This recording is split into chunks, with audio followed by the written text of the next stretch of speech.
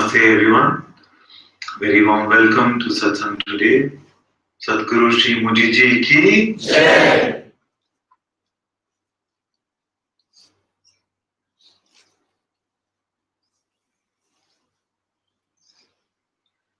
Bong and I was speaking. Is it audible?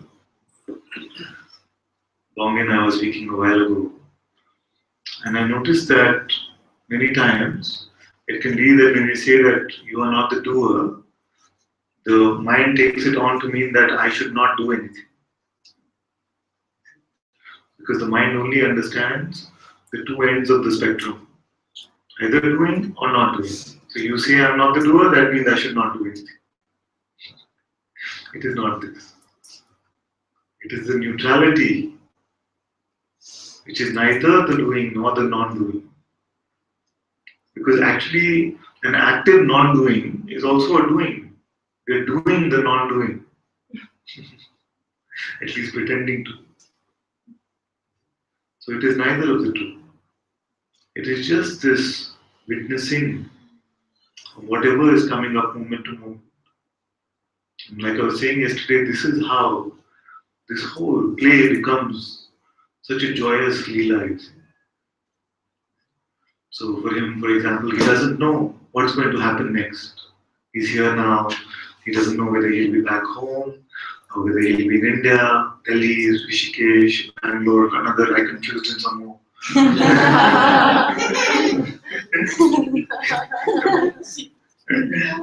So, and this is the wonder. Just watch what's going to happen today. I just don't know.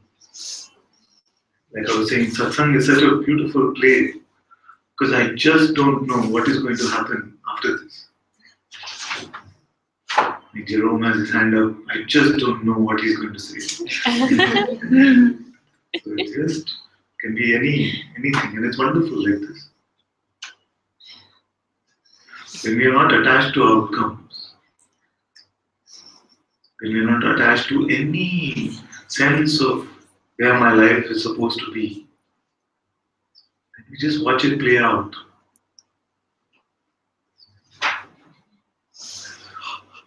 I like to watch movies, some of you know that.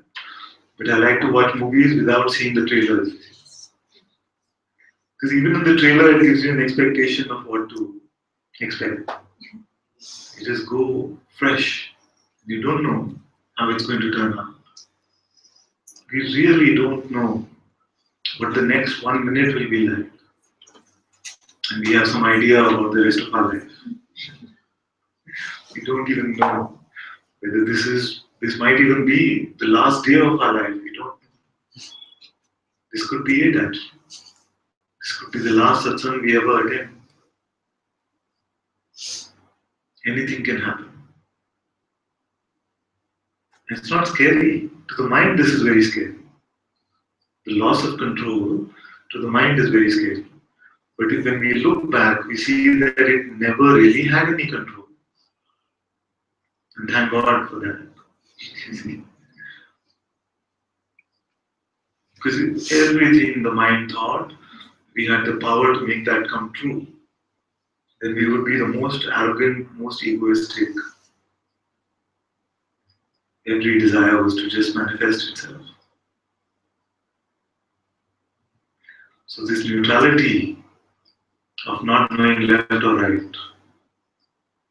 So once I told a friend that just experiment with this and see if it just stops. Just experiment with not knowing and see if it just stops. And he came back next day and said, you told me not to decide. And I was waiting at a turn for 1 hour. Not knowing whether to go left or right. So that is exactly what was meant to happen then. So this is the neutrality. Neither the doing nor the non-doing.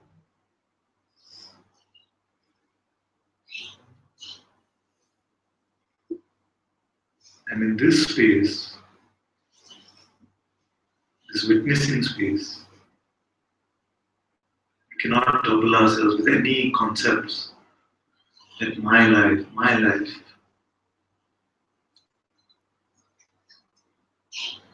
All these ideas of what we think is good for us. Many of you know, most of you know actually, and maybe Zareen is in similar situation.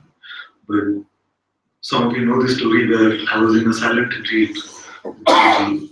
And in this case, what happened is that through His grace, there was not this sense of fear or resistance or something blocking. It was just that I was sitting in this retreat. It started first day, and all these business ideas started coming to me. Start this.com, make this app, do this, and then you make it big time. This is the best idea you ever had. It was rubbish, of course, but at that time, it seemed like so important. Saying leave this, you can always come back. You can always come. You see. But now after this, then you'll be able to help the Sangha so much. You can make our own ashram in India. It was giving all of these stories. Through grace, I recognize that this is all just trickery. So this is second day for you, and maybe for some of you, some ideas are coming. Some of you might be getting business ideas. But some other things might be coming like resistance. What am I doing here? Is he really my master? Am I really meant to be here? No, all of this. None of it is important. You're just here and you're witnessing all of this.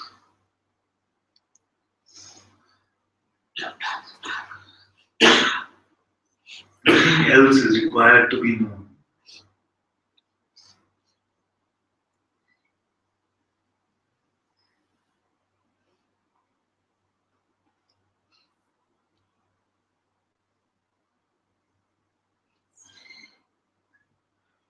There's a misunderstanding also about the word knowing. So I say there's a small k knowing, which is the knowing of a mental concept of something. I know this mental concept of something is the small k.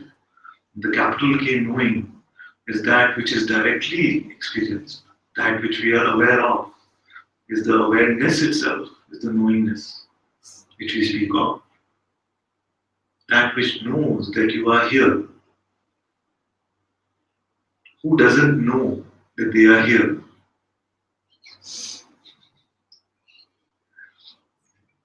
You know, you are. Do you need the mind to clarify this? Do you need a thought to say, yes, you are here? Prior to that, you are. This knowingness is what we are talking about. And it doesn't look like anything. This is why the mind struggles so much. It wants to find the self as if it is an object to be discovered. I'm looking for the self, I'm looking for the self.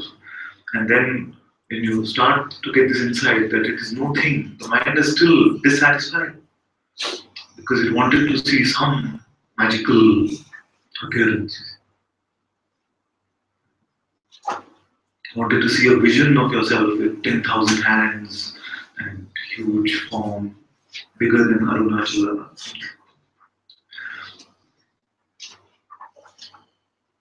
Then, when this doesn't happen, you say, okay, I accept that I really have no form.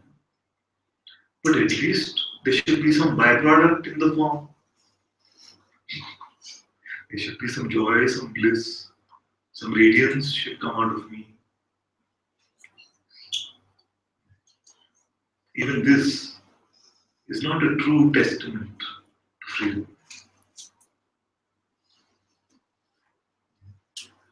When you say, okay, at least now I should not get angry.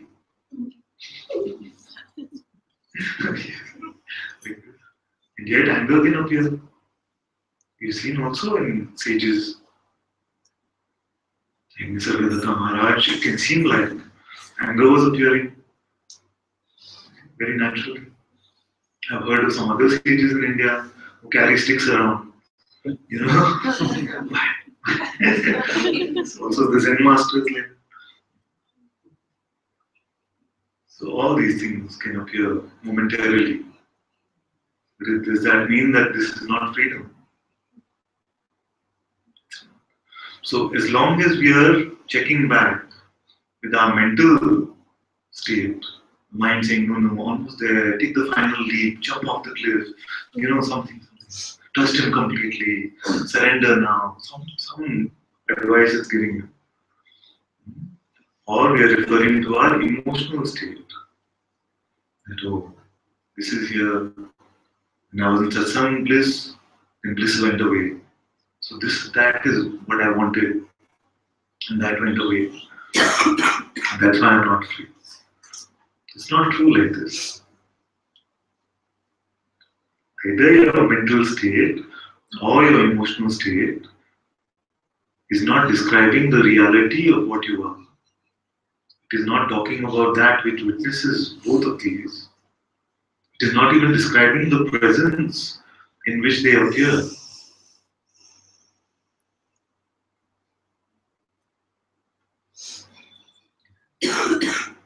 Who is the mind talking about? And yesterday I said that we walked one step together, which is to see that the person does not exist. So who is the mind talking about? If not for this made up entity.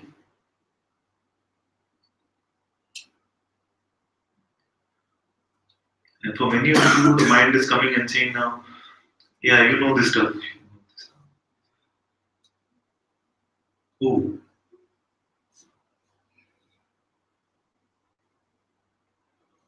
Don't even buy that mental conclusion.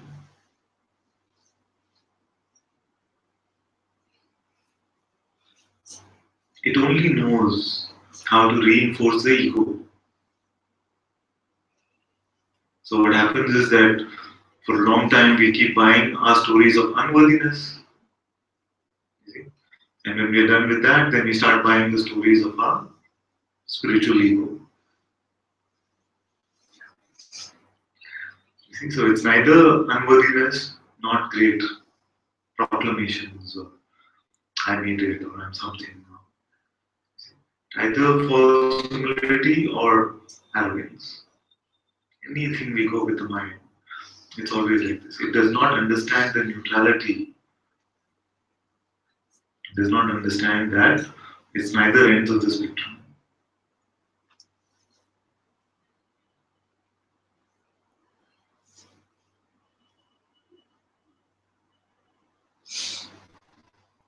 And when I say that it is nothing that you are, this awareness is what you are. You notice the tendency of the mind to paint a picture of even this for you. It tries to tell you that there is this dark space which is unlimited. Not even that. Many have got stuck in this visual, this one visual, they've got stuck in for many, many years. Who is the witness of even this, the picture that the mind is painting? Can you say it is dark or light?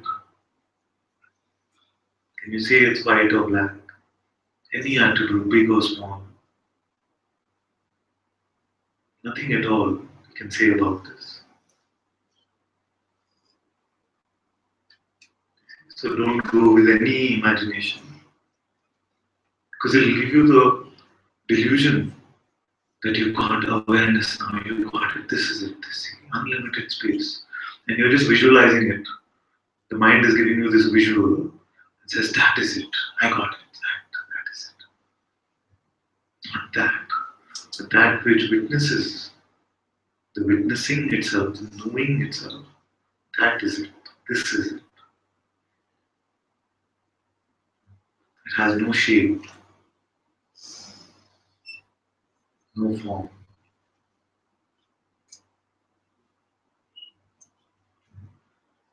And for too long,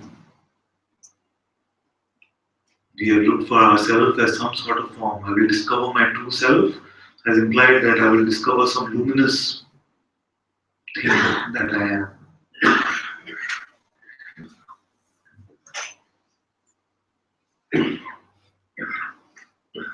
That which is the witness of all that appears and disappears. What does that look like? And if it looked like something, then who looks at that? If it looked like anything at all, then who sees that?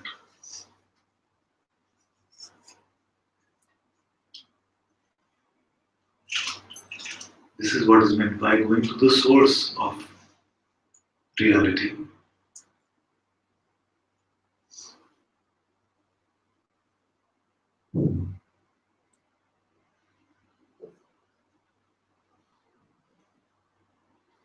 There are also many in Satsang who have understood everything, I'm saying mentally, made a beautiful conceptual framework out of it. You see? And it's not that difficult to do because we have demystified all the most confusing concepts. We've looked at all of this very, very simply. So this can be the disadvantage of that. The mind says, oh, I understood this, I understood this. Now, this piece of the puzzle is still missing. So today I'll ask about this and get to that and finish my jigsaw. It is not that. If all that happened as a result of this time that we are spending together is that you started with the concept of being a person and ended with the concept of being God or nothing, then I have not done my job properly. If it's still conceptual, it is not directly experienced. So don't try to understand this mentally. Whatever is being said here, you should be able to check for yourself. Anyone should be able to check for yourself and see whether this is your experience or not. And if it is not, you must stop me and say, Ananta, this is not. What I see you say it is like this. Then we sit and we check together. Then all this mind resistance about this is too difficult or too abstract, this is not something I understand. I can understand this struggle actually. Because who can understand this stuff mentally? God takes birth inside you. Which mind can process that? It has to be your own direct seeing that this light of consciousness is appearing within my awareness. Then these words will not seem complex, they will not seem abstract. Because this is already what is happening for you. If you try to understand, hear, remember, know what is being spoken, then it becomes confusing.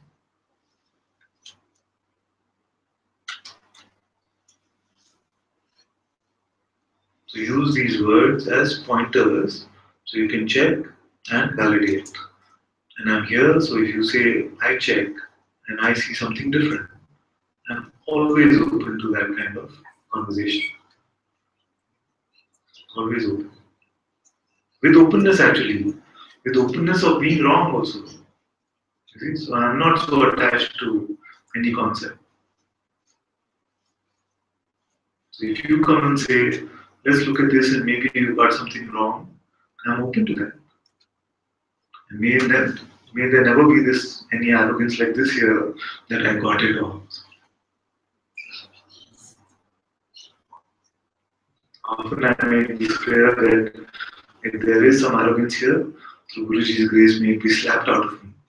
And some friends say, why you always say slapped out? Why can't you say dissolved gently out? I understand where they're coming from. They don't mind being slapped.